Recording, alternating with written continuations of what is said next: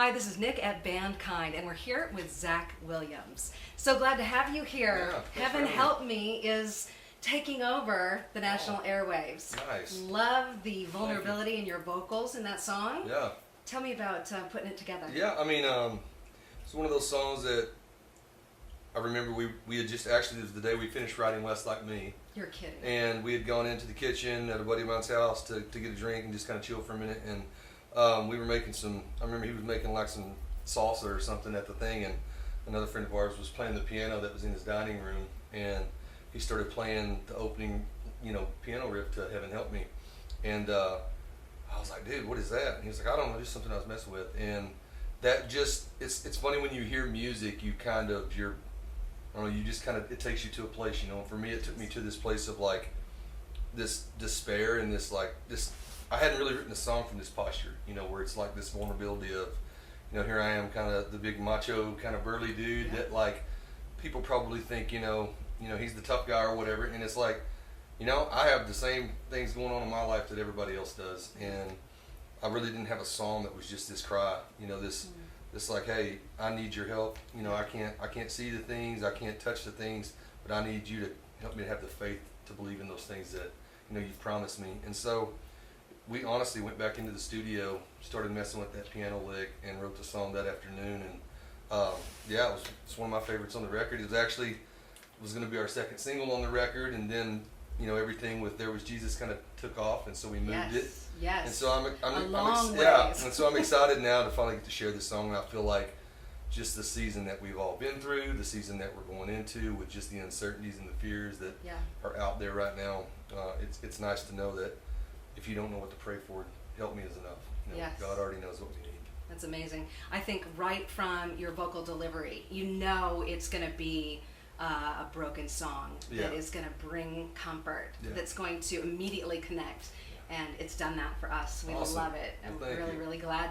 And we'll be excited you're going to play it in your set tonight. We'll play it tonight for sure. Good. I love that. On the heels of taking time away from everything, did you feel like it was an inspirational time? Or do you feel like it was a time of loneliness and that despair? No, I feel like it was, I think it was inspiration. I feel like, God's going to see us through all of this. And for me, it's a prayer, obviously, but it's also, at the same time, and when I get to the bridge of the song, it's to help me believe it, help me to see it. It's an anthem. It's something that I need to say every day, for God to do. And I think there was a little bit of both. I would say in this season. So, but I think that there was a lot of that for everybody. People started having hope, or searching in different places, or getting online. What do you think about the online church presence? We did it. We did that for months because that was the only thing we could do. Probably longer than we wanted to, because our, the church that we go to, our kids program hadn't opened back up, and so, but but it also taught us, like, you can have church anywhere, And for me, when we get to play shows outside, and we were able to do drive-ins last year, I realized you can have church in your living room, or you can have church at a drive-in movie theater, and you can have church here at, these festivals. And so, God's not limited to a church house. So that's true. That's absolutely. Going back to Europe, take us to that beginning place. Yeah. You're playing some club shows, some pub shows, dive bars, you name it. I've been there. I've played it. We were. I traveled in a band for about 7 years. We toured all over the U.S. And then we were able to start touring in Europe. And this was our second trip to Europe, and we were concentrating on just doing an entire tour of Spain. And so we were leaving to go for a month. And I remember, my wife was pregnant with our daughter, and I remember her just kind of coming to me and said, look, I can't keep doing this, I'm not going to watch you kill yourself. You need to make some decisions. Yeah. And I knew that. I knew I needed to make some serious decisions. I'd grown up in church. My dad was a worship leader, just family. I'd been in church my entire life, and I knew all the stories, I knew all the scriptures. But I was really doing some soul searching because I knew I couldn't do it by myself. And I remember a week into this tour just being like, God, if you're real, prove it. And the very next day, a couple of days into that tour, we had a guy driving our bus, and he was scanning radio stations, and Big Daddy We Redeemed came across the radio and just hit me, and I was like, wow, does anybody else hear this? And the guys were kind of like, turn that off, we don't want to hear that. And so I went back to my hotel room, looked the song up. You know, I knew Christian music because my dad listened to it on his job site. Yeah. So I knew it when I heard it, and I looked the song up, read the lyrics, listened to it over and over, and I was like, wow, you know, this God sees me differently than I see myself. You know, have I really been that blind? Is it that easy? You know, and so I remember coming home from that tour and canceling my shows and quitting my band, and told my wife that we were going to find a church and start going to. And you know, for me, it was the first time that I'd really ever just completely asked God to just be the center of my life. And you know, growing up in church, you think, for me as a church kid, you know, 12 years old, church camp, all your friends are doing it. Maybe you do it because of that. You know, I didn't know if I understood it completely, but I knew when I was 33, like, this was the moment. You know, and so we got ourselves in a church in my hometown and got involved in everything that there was to offer at this church.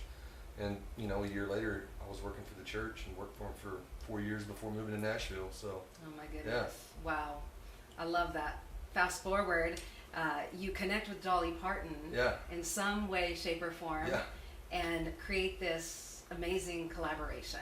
Yeah, so I wrote this song with a couple friends of mine, a guy by the name of Casey Beathard, who's a legend country writer in Nashville, and a guy by the name of Jonathan Smith, who's produced my records, pretty much co-wrote and written everything with me.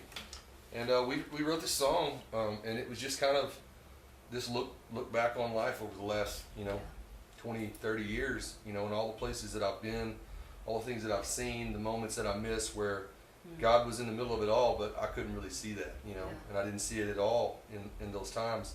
But now that I look back where I am now to where I was then, I can see, hey, he was the one that kept you out of jail that night, or he was the one that kept you out of this, or kept you from doing this. And so for me, it was just one of these special songs. And we got this demo back, and I remember a girl singing on it had a voice, that resembled Dolly Parton to me, and I remember hearing this vocal, and I was, hey, can we get Dolly Parton to sing on this? And everybody kind of was like, yeah, sure, we'll make a call.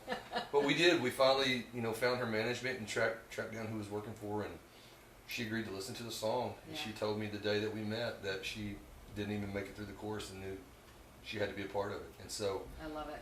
From day one, she just, she championed the song and, really rooted for me, and she was willing to do anything that she could to serve the song and help it do what it needed to do. And so she's every bit part of the song as anybody else. And, it's pretty cool to see somebody in her position, still root for the underdog and still not forgotten where she came from. Yes. And she catches a lot of flack, but she is a godly woman. She's a really nice person. So. I loved when you performed with her at the Country Music Awards, and at the end of you guys singing together, she touched you and she said, "Thank you, Jack." Yeah, it was just so special. She was really cool. She really is like just down to earth, and she kind of reminded me of like one of my aunts or something that you see at Christmas that's cutting up and joking with you. But it was a lot of fun. So. Yeah. Well, thanks for being with us here today. I know you're headed out to do a meet and greet with the other fans, and you'll be on the stage later. Yeah. And we so thank you for hanging out with us today. Appreciate it. All right. Thanks, this has been Zach Williams on Bandkind.